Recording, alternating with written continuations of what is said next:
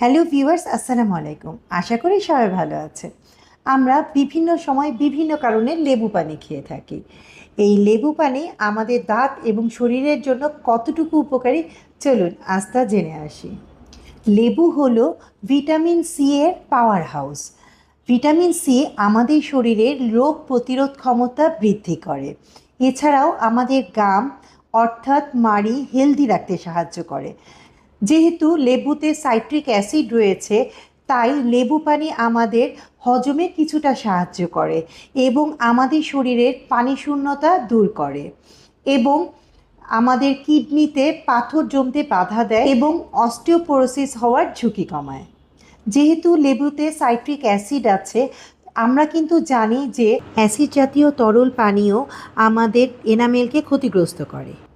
তাই দীর্ঘদিন ধরে লেবু পানি খেলে দাঁতের এনামেল ক্ষয় হয়ে টুথ সেন্সিটিভিটি ডেভেলপ হওয়ার সম্ভাবনা বেড়ে যায়।